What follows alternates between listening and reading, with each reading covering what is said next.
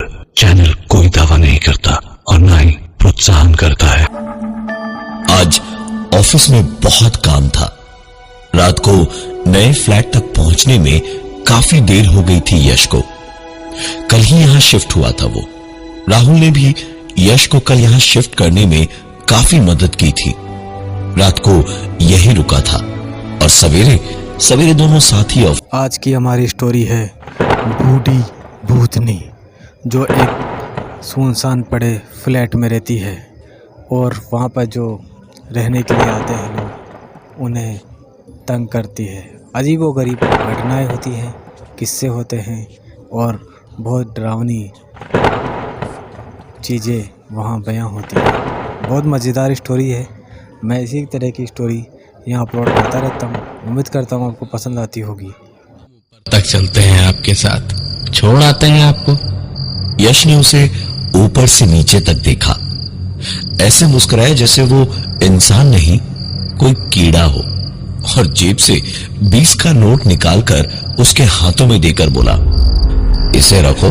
हाँ, फालतू में इतनी रात को जाग कर ऊपर तक 20 रुपए के लिए आओगे? 6th फ्लोर पे ही तो जाना है। हाँ, जंग पर नहीं जाना मुझे। अब यश की बात सुनकर सिक्योरिटी गार्ड ने यश को नीचे से ऊपर तक देखा और मुस्कुराकर 20 का नोट अपने शर्ट की जेब में रखता हुआ बोला, आप ही की भलाई के लिए बोल रहे हैं साहब, कोई बात नहीं, जाइए आराम से। यश हल्का सा हंसा और फिर लिफ्ट में चढ़ा और 6th फ्लोर का बटन दबा दिया।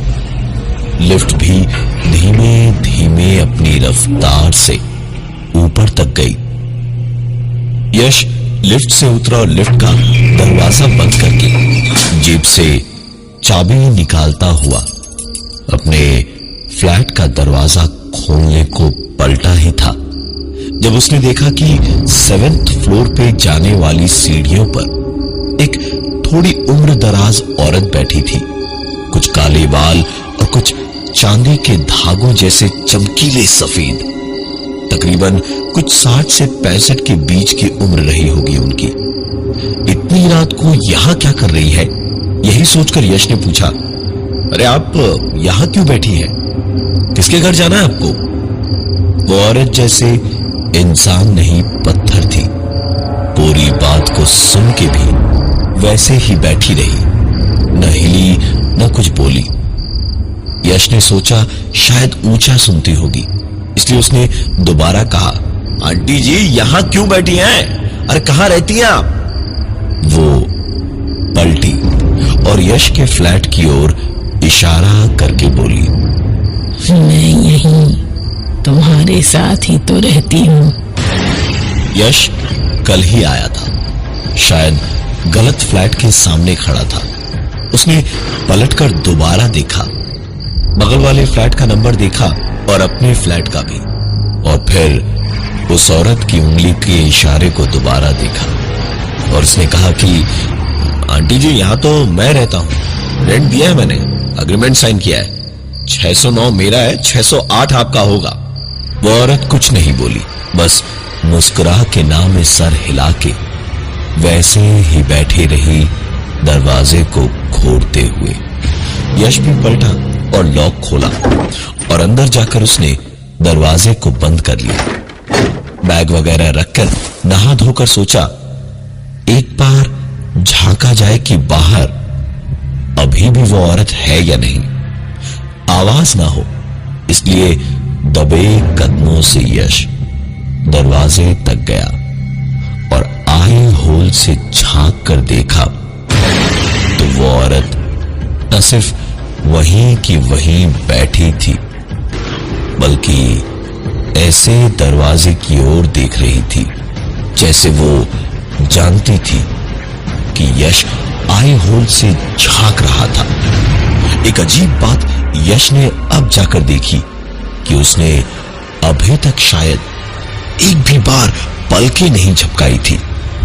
यश आंखें फाड़ फाड़ कर उसे देख ही रहा था जब अचानक उस औरत ने मुस्कुराते हुए अपना हाथ उठाया और उंगली ऐसे दिखाई जैसे यश को पीछे देखने को कह रही हो।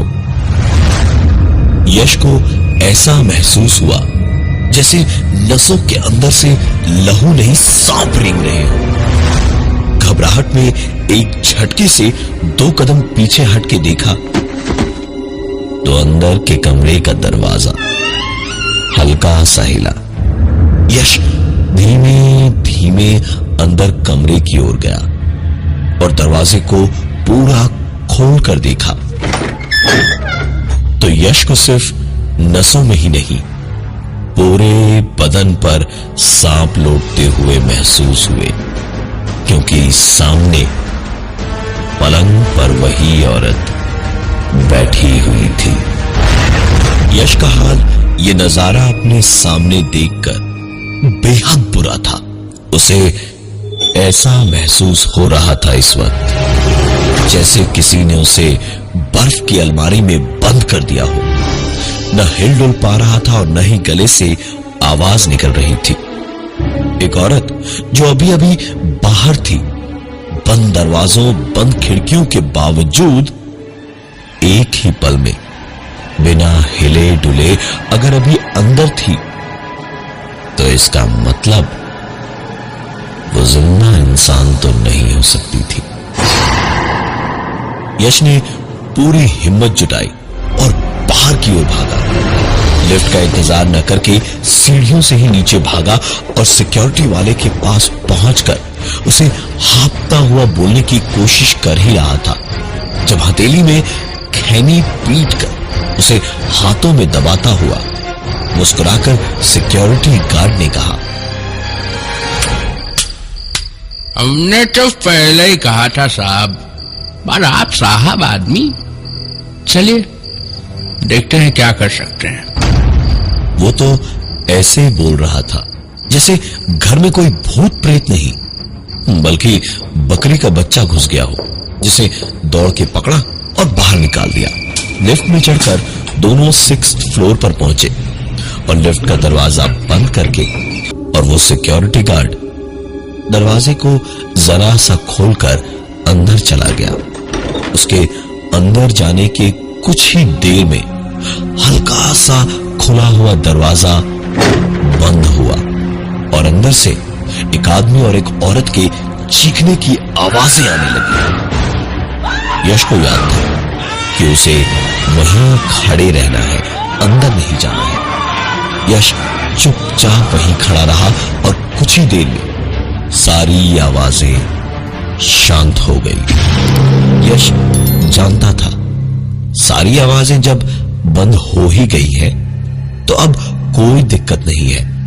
रतन अभी बाहर आएगा और बताएगा कि क्या करना है। लेकिन 5, 10, 15 फिर 20 मिनट हो गए लेकिन रतन नहीं आया।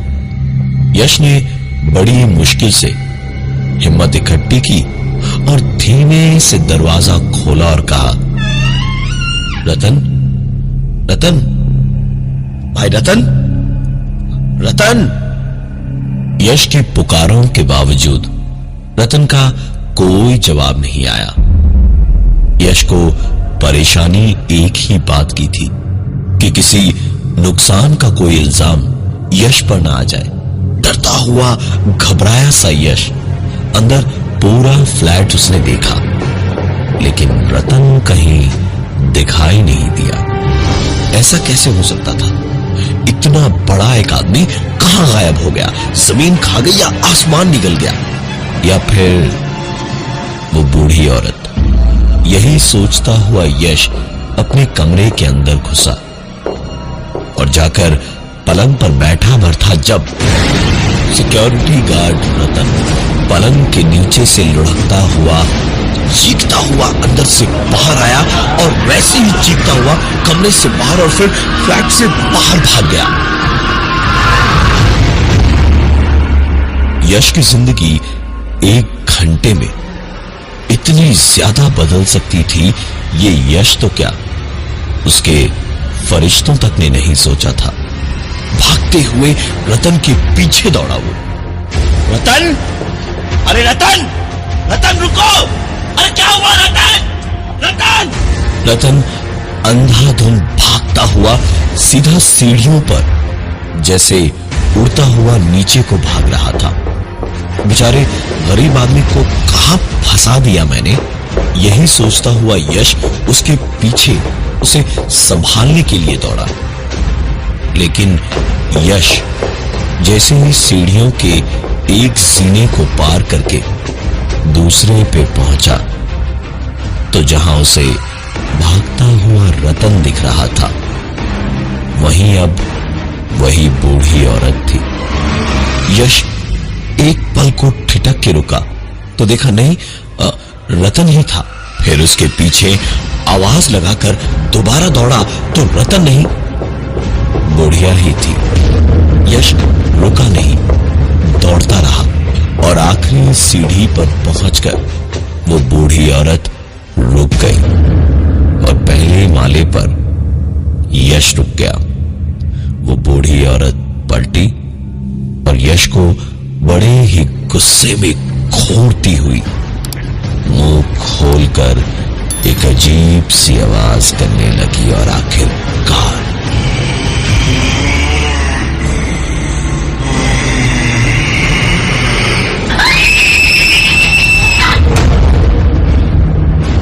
यश की आंखों के सामने वो औरत चीख कर गायब हो गई और सिर्फ वो सुनहरे फूलों वाली सफेद साड़ी जो उसने पहनी थी वहीं पड़ी रह गई।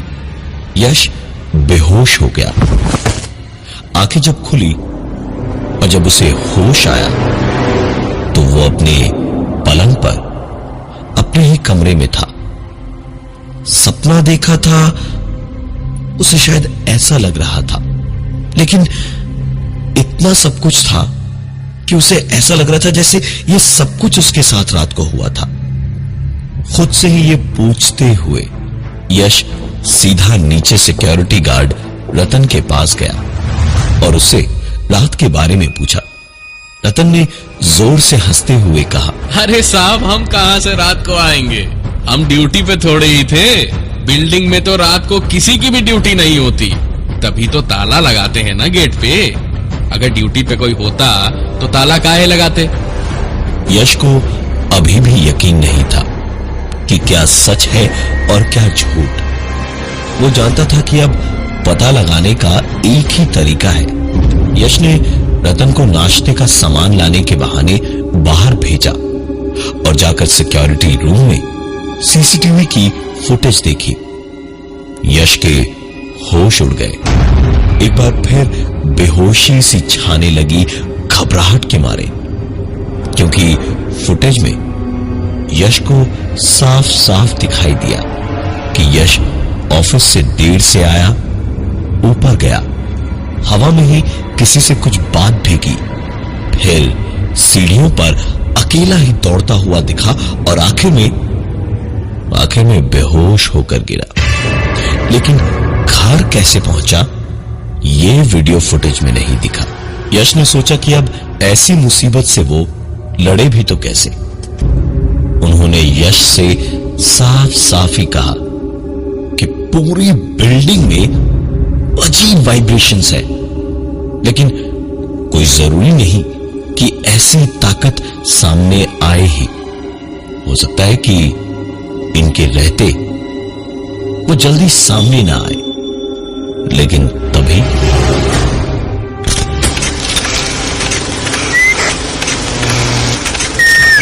आवाजें रिकॉर्ड करने की मशीन अपने आप चलने लगी।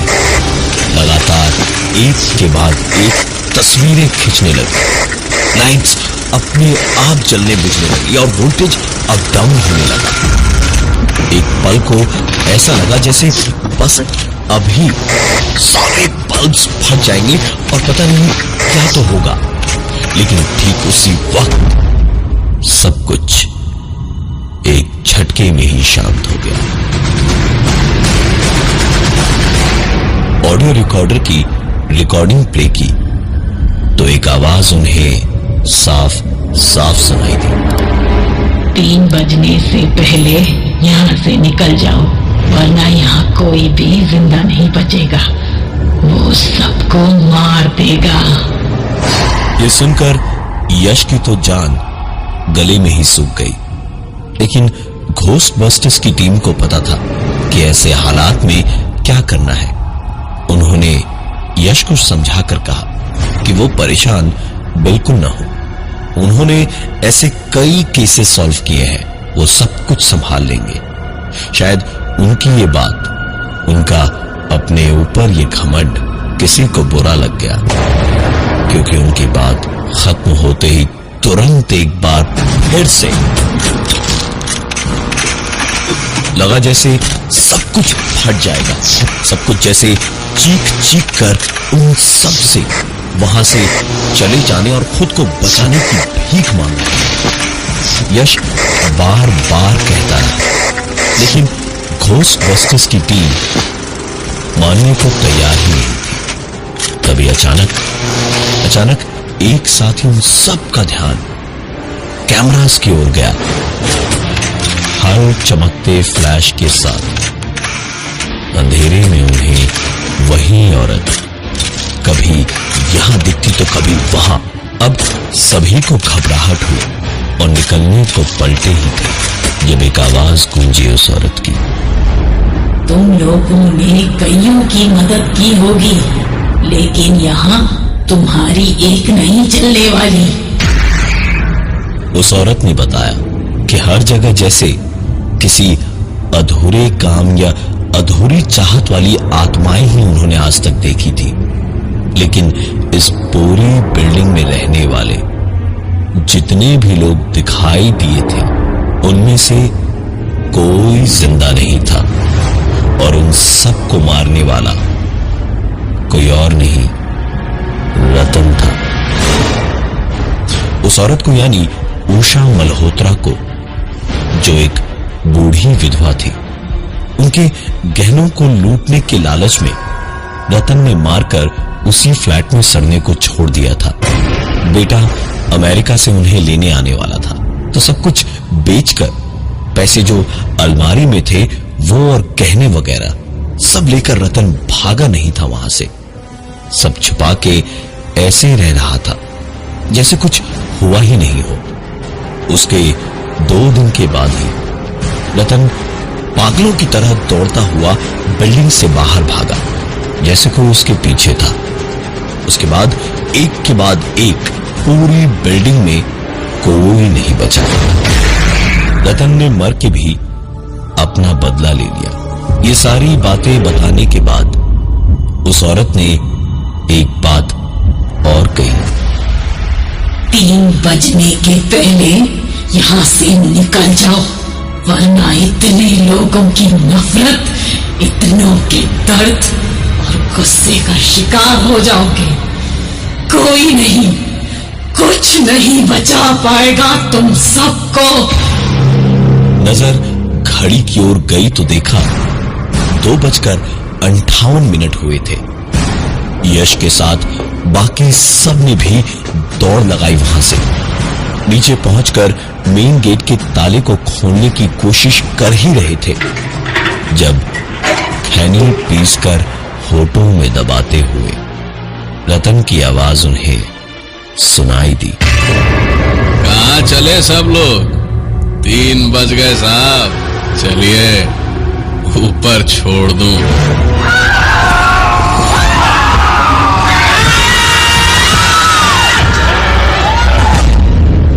कहते हैं कि मौत और जिंदगी को खरीदा या बेचा नहीं जाता, लेकिन फिर भी मौत जब भी आती है ना, तो इस बिल्डिंग को ढूंढना नहीं पड़ता। मौत अपने आप किराए पर इस बिल्डिंग में आपको एक फ्लैट दिलवा ही देती है। ये थी हमारी आज की बूढ़ी भूतनी की एक हॉरर स्टोरी। उम्मीद करता हूँ पसंद आ रही होगी। हॉरर स्टोरी विद यूनुस के साथ बने रहने के लिए थैंक यू सो मच। इसी तरह की वीडियो नेक्स्ट टाइम अपलोड करेंगे जो और भी आपको मज़ा देगी। तो हमारे चैनल को देखते रहें और इसी तरह प्यार करते रहें।